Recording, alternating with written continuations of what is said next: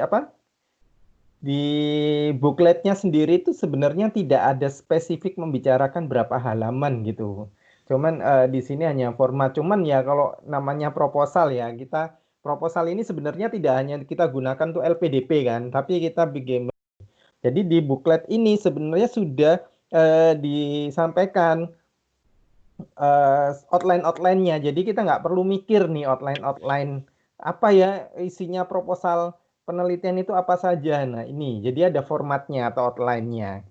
Nah, jadi format penelitian proposal penelitian yang pertama ya otomatis judul ya, judul penelitian, latar belakang, kemudian statement of problem atau perumusan permasalahan.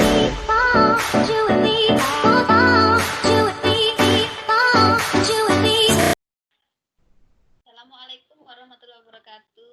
Waalaikumsalam warahmatullahi wabarakatuh. Datang di PXD Balance Story Channel. Ini kita akan membahas tentang tips bagaimana membuat research proposal yang bisa tembus LPDP. Di sini saya menghadirkan seorang narasumber yang sangat kredibel di bidang ini karena beliau baru saja fresh graduate yang sudah lolos dari LPDP. Nama beliau adalah Pak Octavian Rama atau Rama Octavian? Rama Octavian, Bu. Ya, Rama Octavian. Mohon maaf ini kebalik-balik dengan referensi ya jurnal. Beliau adalah dosen di jurusan Teknik Kimia Fakultas Teknik Universitas Brawijaya. Kemudian beliau adalah PhD student Department of Chemical and Biological Engineering Univ Sheffield. Awardee Budi LN Luar Negeri LPDP 2019 PK 154. Kita akan membahas tentang bagaimana sih tips-trik membuat research proposal. Kita selama ini tahu bahwa pembuatan research proposal itu selalu diulangi dengan introduction, kemudian literature review, kemudian methods, kemudian reference. Selain itu apa sih yang kontribusinya seperti itu, tapi kita akan lebih spesifik apa yang kira-kira diinginkan oleh reviewer LPDP begitu ya Pak ya? Ya. Nah, dari sini mungkin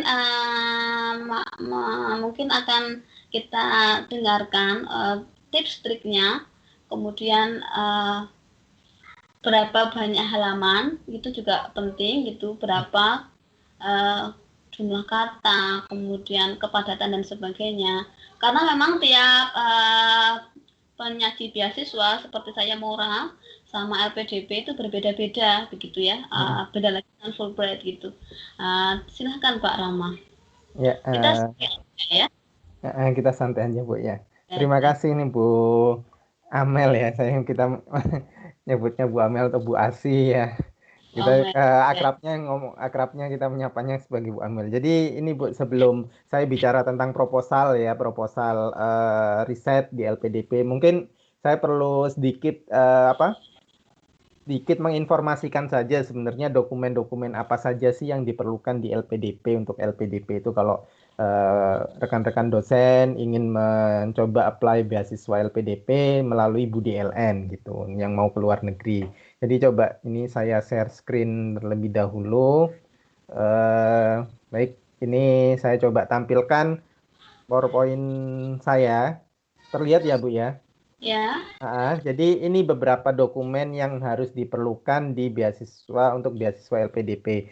Yang pertama adalah LOE. Jadi untuk Budi LN sendiri itu surat penerimaan kampus secara unconditional. Surat penerimaan kampus unconditional itu adalah hal yang wajib yang harus dimiliki oleh seorang pelamar untuk melamar beasiswa Budi LN LPDP. Ini di skema Budi LN LPDP. Hanya di skema Budi LN LPDP itu diminta LOE unconditional. Itu yang harus diperhatikan gitu. Kalau untuk rekan-rekan yang lain untuk melamar beasiswa LPDP di skim yang lain, LOE ini tidak terlalu diwajibkan. Tapi untuk Budi LN LPDP itu diwajibkan. Dan proposal di sini ada dua, ada proposal studi dan proposal penelitian. Nah, ini harus bisa membedakan.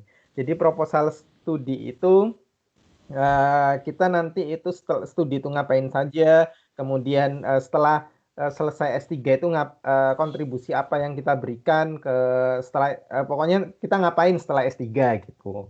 Itu proposal studi. Nah, proposal penelitian ini lebih fokus ke arah penelitian apa yang akan kita lakukan ketika kita S3 nanti. Nah, sebenarnya kalau kita bicara tentang proposal penelitian dari LPDP sendiri itu sudah punya outline. Sebenarnya kita nggak usah mikir outline-nya apa ya, gitu-gitu ya. Nah, di LPDP di beasiswa LPDP itu diberikan outline-nya. Ini saya berikan buklet yang tahun 2019 ya. Ini buklet yang saya gunakan di tahun 2019 ini. Jadi di buklet ini sebenarnya sudah disampaikan outline-outline-nya. Jadi kita nggak perlu mikir nih outline-outline apa ya isinya proposal penelitian itu apa saja. Nah ini, jadi ada formatnya atau outline-nya. Nah, jadi format penelitian proposal penelitian yang pertama ya otomatis judul ya, judul penelitian, latar belakang, kemudian statement of problem atau perumusan permasalahan, kemudian tujuan penelitian, rasional, ini. Jadi rinciannya juga ada di sini, metode dan desain. Nah, tidak ada literatur review. Nah, tenang aja, mungkin literatur review itu akan jadi hal yang relatif memberatkan buat kita ya, tapi di sini tidak terlalu diminta literatur review yang secara spesifik gitu. Nah, mungkin bisa masuk ke ini ya, rasional apa latar belakang itu literatur review bisa masuk ke situ. Metode dan desain, kemudian signifikansi, manfaat, kesimpulan dan saran, kemudian daftar pustaka. Jadi outline-nya atau formatnya sudah disediakan oleh LPDP, jadi kita nggak perlu terlalu mikir sih apa ya isinya apa saja, outline-nya maksud saya outline-nya apa saja gitu. Itu dulu Bu mungkin. Ya. Oh ya. Di tempat Pak Rama ada semacam keluar translate-nya nggak Pak? Kalau kalau kita keluar negeri otomatis proposal yang diminta ya harus berbahasa Inggris ini. Atau jadi kita ini nyusunnya ya harus langsung berbahasa Inggris gitu. Ya bisa saja mungkin disusun dalam bahasa Indonesia kemudian ditranslate dalam bahasa Inggris itu hal yang teknis ya gitu. Itu terserah dari Bapak Ibu semuanya nanti. Kalau di Kemenak itu Kemenak Murah itu ada Uh-huh. proposalnya bahasa Inggris sama bahasa Oh, dua bahasa Indonesia. gitu. Iya, kalau di LPDP bagaimana Di Pak? LPDP tidak mengharuskan dalam dua bahasa, Bu. Jadi kalau kita ke luar negeri ya proposal studinya bisa dibuat dalam bahasa Inggris. Tapi saya juga belum pernah punya cerita atau pengalaman dari teman-teman apakah yang tujuannya luar negeri harus boleh juga mencantumkan dalam bahasa Indonesia. Tapi kalau menurut saya kok kita ke luar negeri ya kalau bisa ya proposalnya sih harus dalam bahasa Inggris gitu. Gitu sih. Tapi di LPDP tidak mengharuskan dalam dua bahasa kok. Bisa ya bahasa Inggris kalau kita mau keluar negeri. Oke. Oke. Menarik sekali ya. Kira-kira panjangnya berapa halaman Pak itu? Kalau di apa di bukletnya sendiri itu sebenarnya tidak ada spesifik membicarakan berapa halaman gitu. Cuman di sini hanya format. Cuman ya kalau namanya proposal ya proposal ini sebenarnya tidak hanya kita gunakan untuk LPDP kan, tapi kita bagaimana mengattract atau menarik calon supervisor kita gitu kan. Nah, saya pernah sih dulu itu ikut programnya Dikti namanya Talent Scouting. Ada salah satu pemateri dari Talent Scouting itu menerangkan kepada seluruh peserta Talent Scouting kalau bisa proposal penelitian itu dibuat 3 halaman saja. Kita sempat bengong waktu itu 3 halaman. Kita bisa cerita apa 3 halaman di situ ya. Tapi gini, dia beralasan kalau kamu bisa menceritakan proposalmu dalam 3 halaman, calon supervisor itu akan itu tantangan gimana calon supervisormu itu bisa menangkap inti dari apa yang mau kamu kerjakan gitu. Dan calon supervisor itu kan kadang tidak punya waktu yang lama, mereka juga punya kesibukan sendiri. Nah, itu gimana caranya kamu bisa menceritakan secara singkat dan bisa menarik perhatian dari calon supervisor itu dalam 3 halaman gitu. Ya apa ya Bu, kalau relatif sih halaman itu ya. Kadang ada yang panjang sekali, kadang ada yang itu tadi ada yang bilang 3 halaman pun nggak masalah karena calon supervisor kita itu orang yang mungkin super sibuk gitu. Kalau LPDP sendiri tidak ada sih, tidak secara tersurat gitu bilang proposal ini harus minimal berapa halaman, nggak ada. Gitu ya. Memang ada spesifik beda ya Pak ya. Kalau di Hmm. Mora 10 halaman, jadi Hmm. 5 halaman bahasa, 5 halaman bahasa Inggris. Heeh. Iya. Nggak ada sih. Saya lihat di outline itu sorry, di bookletnya itu nggak ada apa proposal itu harus berapa halaman nggak ada. Oke, kalau boleh tahu tadi Bapak kan ada banyak tuh yang Mm-mm. per babnya paling banyak, Ya, persen paling banyak di bagian mananya Pak? mungkin itu ya kalau namanya proposal itu, kalau saya sih kalau ini mungkin pendapat pribadi saya ya. Saya nggak tahu LPDP itu menilainya gimana dari ini sih proposal ini masuk ke bagian bagian ini pada waktu itu masuk ke bagian seleksi administrasi. Saya nggak tahu penilaiannya bagaimana ya. Kemudian juga ketika interview juga ditanyakan sih proposal penelitian ini kamu mau penelitian apa dan apa nanti kontribusinya untuk Indonesia. Menurut saya mungkin ini saya coba share screen lagi ya. Nah, mungkin di bagian ini sih, di bagian metode ini. Mungkin kalau menurut saya sih ini 5, 6, 7 ini bisa menjadi poin penting. Oke, 5, 6. Kelogisan, iya. Ini kelogisan, logis nggak? Penelitian yang kita laksanakan itu bisa nggak selesai dalam waktu 3 sampai 4 tahun? Logis nggak gitu? Bisa diselesaikan nggak? Kita penelitian apa kayak apa ya kelihatannya bagus tapi ternyata itu tidak bisa diselesaikan dalam waktu 3 sampai 4 tahun. Itu kan bukan hal yang logis jadinya. Kemudian metode dan desain ini juga kadang juga penting juga. Nah, bagaimana metode kita bisa menjawab pertanyaan secara rasional ini. Kemudian ini juga nanti karena LPDP itu kan mencari slogannya itu selalu mencari pemimpin masa depan Indonesia. Nah, jadi setelah kita melakukan penelitian ini, apa kontribusi positif yang bisa kita berikan ke Indonesia ketika kita nanti selesai S3 gitu. Itu yang selalu apa ya akan ditanyakan ketika proses interview gitu. Saya juga sering ditanyakan apa nanti setelah kamu penelitian ini apa yang akan kamu lakukan untuk pengembangan ilmu di Indonesia gitu atau apa gitu yang akan kamu berikan atau sumbangkan untuk Indonesia. Ini saya kira 5, 6, 7 ini poin 5, 6, 7 ini cukup penting. Kita harus bisa cerita bagus lah di sini gitu. Tuh, Bu. Oke, Pak Rama ini record nggak di sini? Record nggak? Merecord nggak? Iya, iya, ada ini, Bu. Oh ya, soalnya saya ada tulisan-tulisannya nih. Iya, udah Oke. ke record. Oke, dari yang kita bicarakan tadi, begitu, kira-kira Pak Rama apakah bisa berbagi tips-tipsnya, misalnya kan introduction yang paling pokok gitu ya. Yang menurut kita tuh paling pokok, belum tentu orang lain itu pokok, misalnya seperti itu bagaimana mensiasatinya Pak Rama. Kemudian metode, apakah dia harus dibikin semacam bagan-bagan, ataukah kita ada alur penelitian itu kan kalau kita proposal skripsi misalnya ya, perlu timeline, oh ini 1 tahun pertama, 2 tahun pertama, 3 tahun pertama, dan sebagainya. Apakah sampai sedetail itu untuk yang LPDP? Saya coba share ini saja, Bu ya. Mungkin contoh proposal yang pernah saya buat gitu ya. Biar enak langsung ke contohnya gitu. Oke, saya coba mana ya? Kok hilang tadi?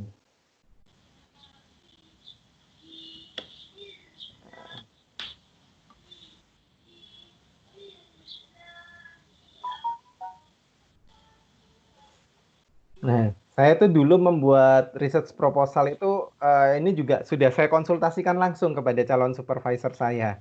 Jadi sebenarnya gini, saya mau cerita sedikit. Jadi sebelum saya ketika mau submit untuk LPDP, saya membuat draft gitu ya. Ya udah saya submitkan dan alhamdulillah ternyata lolos seleksi administrasi. Namun ketika proses interview, saya coba konsultasikan juga dengan calon supervisor saya, akhirnya dilakukan perubahan-perubahan gitu. Nah, perubahan sedikit lah, mungkin nggak terlalu substansial, tapi hanya perubahan sedikit saja. Mungkin ini ya. Eh, Kalau saya di bagian metode untuk menjelaskan rasionalitas itu kita bisa menggunakan apa bagan gitu ya. Kita bisa menggunakan bagan atau timeline. Jadi untuk meyakinkan kepada reviewer ya kepada reviewer kita itu penelitian ini bisa dilaksanakan selama tiga tiga tahun gitu dan penelitian ini juga penting. Saya hanya segini saja sih rasional. Cuman ketika metode dan desain, nah untuk menjawab rasionalitas ini, saya breakdown. Jadi dari tahun pertama apa saja yang mau saya lakukan, tahun kedua apa saja yang saya lakukan, tahun ketiga apa yang akan saya lakukan gitu. Ini mungkin rasional ini apa ya? Kenapa gitu? Alasan utama bahwa penelitian ini penting untuk dilakukan gitu. Itu mungkin itu isi dari bab rasional. Nah, di metode dan desain inilah saya apa ya? Saya breakdown. Jadi jadi reviewer itu bisa melihat, oh ini penelitian ini memang benar-benar bisa dilaksanakan selama 3 tahun. Kita harus ada breakdown dan juga di akhir itu saya membuat bagian seperti ini, timeline seperti ini. Jadi apa saja yang saya lakukan selama tahun pertama, tahun kedua, dan tahun ketiga, jadinya kelihatan apa ya, saya punya rencana yang cukup matang gitu, tidak sampai 3 tahun gitu. Kemungkinan bisa berubah nggak Pak itu? Misalnya kita sudah mengajukan seperti ini, begitu, tapi keinginan supervisor, oh ya ini hanya sebagai untuk syarat administrasi aja kan, nanti saya pas kamu datang akan dikasih riset yang berbeda. Seperti itu ada nggak Pak yang anak-anak LPDP? Perubahan itu pasti lah, Bu. Saya kira pasti ya, perubahan itu pasti. Tapi ini ketika saya konsultasikan dengan supervisor, oke, supervisornya untuk pada waktu itu oke gitu. Nah, kemudian pada saat di sini ya tidak jauh melenceng, cuman saya lebih banyak ke arah ini kan saya mengcombine antara eksperimen dan juga computational study gitu di bidang saya di bidang chemical engineering. Nah, ternyata di sini itu ditaruh computational study itu mungkin proporsinya lebih banyak daripada experimental study gitu. Kalau ini kan saya buat setengah-setengah gitu. Nah, setengah-setengah gitu ternyata di sini lebih banyak tentang computational study gitu ya. Akhirnya ternyata supervisor itu juga punya project kolaborasi dengan universitas lain di luar negeri. Akhirnya ya saya menyesuaikan dengan project yang ada dikerjakan oleh supervisor, tapi topik utamanya atau ini ya payung besarnya itu tidak banyak berubah gitu. Secara payung besar gitu ya, Bu ya, itu tidak banyak berubah. Cuman secara teknisnya mungkin atau secara tema spesifik mungkin sedikit berubah. Mungkin proposal saya kalau saya baca lagi ini terlalu general gitu. Ya, saya buat mungkin terlalu broad ya, terlalu lebar, terlalu general. Nah, mungkin ketika S3 ini mungkin dibagi dan lebih spesifik gitu, lebih lebih sempit gitulah ininya, lebih mengkerucut karena saya juga menyesuaikan project yang sedang dijalankan oleh supervisor saya gitu. Oke, menarik sekali ya. Oke, jadi total kira-kira 6 ya Pak ya, 6 halaman ya tadi. Ini sih saya kalau dengan total sih 9 halaman dengan sekaligus dengan ini sih apa timelinenya. Ini nggak ada sebenarnya time schedule ini kan nggak ada di format, cuman saya tambahkan sendiri aja untuk menjawab rasionalitas dan juga untuk menjawab apa ya untuk membreakdown metode dan desain ini gitu. Setiap tahun per tahunnya saya ngapain saja gitu. Ini kalau saya waktu itu menyusunnya seperti ini.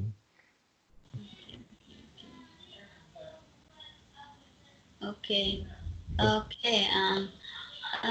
Menarik sekali Pak Rama pemaparannya. Jadi kunci pokok dari pembuatan riset proposal adalah yang pertama menyesuaikan format dari beasiswa yang apply. Yang kedua, kalau bisa sudah berhubungan sama supervisor dan Mm-mm. beliau yang tahu akan kemana riset kita, begitu Ya, walaupun kenyataan bisa berubah ya Pak ya. ya, Nomor tiga, meyakinkan supervisor bahwa kita istilahnya sudah separuh belajar tentang hal itu. ya. Mm-mm. Oke. Pertanyaan saya selanjutnya Pak Rama tentang misalnya proposal tadi itu kan Mm-mm. ada format reference. Nah, format Mm-mm. reference itu apakah spesifik ke penulisan APA atau yang lain? Tidak? Enggak sih, enggak ada karena LPDP juga enggak apa ya, enggak secara spesifik mengharuskan seperti itu ya kita bisa gunakan dengan format apapun gitu. Asal itu tadi asal kalau kita citasi ya kita tulis di daftar pustaka. Kalau yang ada di daftar pustaka ya harus ada di uraian kan aturan umum kan seperti itu gitu. Enggak Kita ada format. apakah kita bisa membreakdown satu persatu Pak, misalnya introduction yang paling penting apa gitu. Oh gitu. Coba ya. Ini mungkin di bidang saya di bidang engineering gitu. Mungkin kalau di bidang sosial mungkin agak-agak berbeda gitu. Nah ini saya mungkin intinya gini. Kita harus benar-benar paham si research gap gitu ya. Research gap yang mau kita lakukan untuk apa ya masuk ke dalam research gap itu yang paling penting gitu. Nah. Artinya kita ya juga harus mengetahui sampai sejauh mana perkembangan keilmuan di bidang ya perkembangan apa riset di bidang keilmuan kita itu yang sangat penting juga karena itu kita gunakan untuk menulis background di sini atau introduction. Nah, saya kan ya ini mungkin gaya penulisan atau gaya bercerita setiap orang kan beda. Saya tidak mau mengeneralisir atau membuat orang mengikuti eh, dengan cara saya ya Bu ya. Karena setiap orang ini mungkin saya ceritakan secara general aja. Mungkin kalau di background ya kenapa kok penelitian ini harus dilakukan yang pertama. Iya. Kemudian yang kedua kan perkembangannya sudah sampai sejauh mana sih gitu. Atau mungkin bisa dibalik perkembangan penelitian yang mau kita lakukan, topik penelitian ini sudah sampai mana sudah sampai mana perkembangannya. Kemudian permasalahannya yang belum dipecahkan apa? Itu artinya research gap-nya itu apa? Nah, Oke. di situ kita bisa masuk ke situ. Dimasuk ke situ. Nah, kan saya ini mungkin gas gas absorpsi gas dengan menggunakan solid adsorbent atau seperti metal organic framework seperti ini. Nah, karena kita kenapa kok butuh screening? Karena ini saya mungkin ke biogas ya, tapi sebenarnya bisa di aplikasi yang lain. Nah, biogas itu kan mungkin saya cerita dulu tentang biogas. Permasalahan biogas itu apa? Nah, mungkin Masuk. zat pengotornya masih banyak. Nah, itu harus dibersihkan. Cara membersihannya itu menggunakan apa yang paling efektif? Oke. Karena mungkin ada yang kurang efektif metode-metode yang sekarang gitu. Nah, salah satunya menggunakan gas adsorber atau solid adsorbent. Nah, solid adsorbent sampai sejauh ini apa yang jadi masalah gitu. Nah, Iya. ternyata solid adsorbent itu kalau misalnya menggunakan apa ya, karbon aktif atau menggunakan zeolit itu kan selektivitasnya rendah atau tidak bisa tidak bisa di-adjust gitu propertinya. Oke. Nah, itu bisa menggunakan MOF atau Metal Organic Framework. Ya seperti itulah Bu gitu jalan. Pokoknya kita bisa harus membangun jalan cerita gitu. Kenapa Oke. penelitian ini penting untuk menjawab research gap yang ada gitu. Oke, terus kemudian metode langsung ke bagannya atau metode and design langsung ke Ya, saya sih langsung aja ini tahun langsung pertama lagi. saya ngapain ya gitu. Jadi untuk menjawab problem statement sebenarnya metode itu kan tujuannya apa? Untuk menjawab problem statement ini kan. Ya, Nah, purpose. atau purpose-nya kita gitu kan, statement of problem sama tujuan ini. Nah, bagaimana metode kita untuk menjawab statement of atau memecahkan problem ini dan juga menjawab tujuan ini. Gitu. Saya langsung year one and year two itu saya ngapain.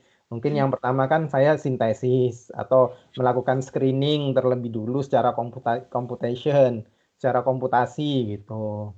Atau itu. Nah, setelah saya nemu screening ini nemu yang paling best, yang paling bagus, ya baru saya lakukan karakter atau sintesis. Kemudian saya karakterisasi, kemudian saya pakai untuk menguji secara eksperimental itu benar nggak ini bisa menyerap gas secara optimal atau CO2. Nah, selektivitasnya bisa tinggi, ya, bisa di regenerasi gitu. Seperti itulah gitu. Oke. Kemudian kalau significance and outcome terkaitnya tentang Ya, apa nih? ini ya nanti ketika di Indonesia, Tekanan ya di Indonesia itu apa gitu. Kemudian ya luaran lah seperti kita membuat proposal penelitian, luaran penelitian ini mau diarahkan kemana gitu. Oke. Seperti itu, Bu. Ya, terima kasih Pak Rahman, ini sangat Ya, jelas sekali. Kalau yang signifikan sama dengan ini ya, Kemenang, tapi untuk yang desain metode itu LPDP mungkin punya Bapak lebih detail. Kalau kami hanya nggak dibagi per tahun gitu. Ya. Mungkin ada pesan-pesan tersendiri bagi mereka pengajar beasiswa LPDP, Pak Rahman?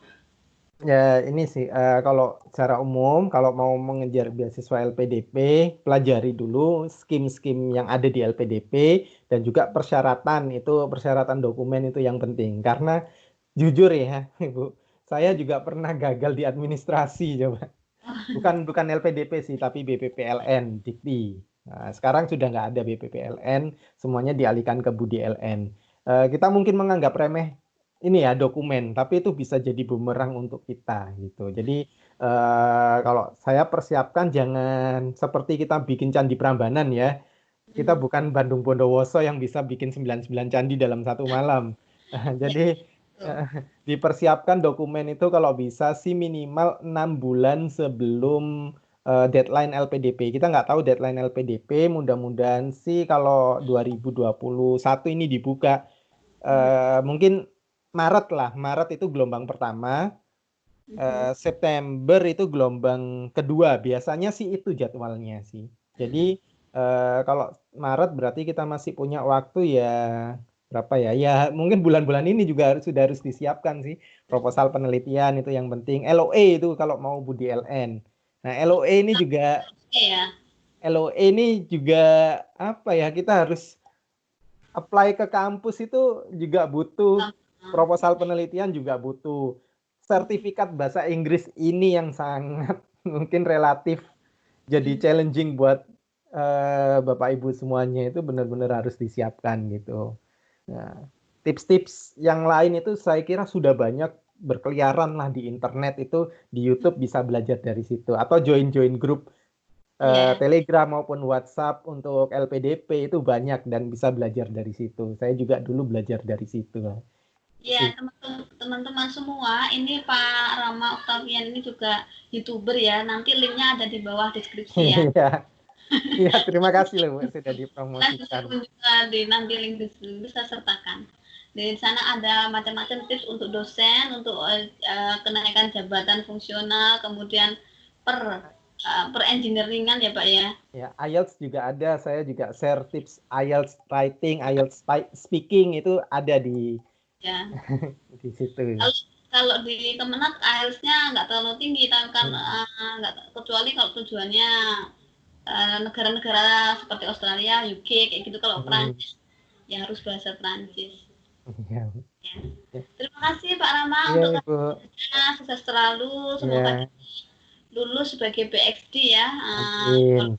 Walaupun berdarah-darah begitu tapi Ya, tetap amin. ya. Tetap semangat aja pokoknya, Bu ya. Terima kasih Ya, karena terima diskusi kasih ini juga.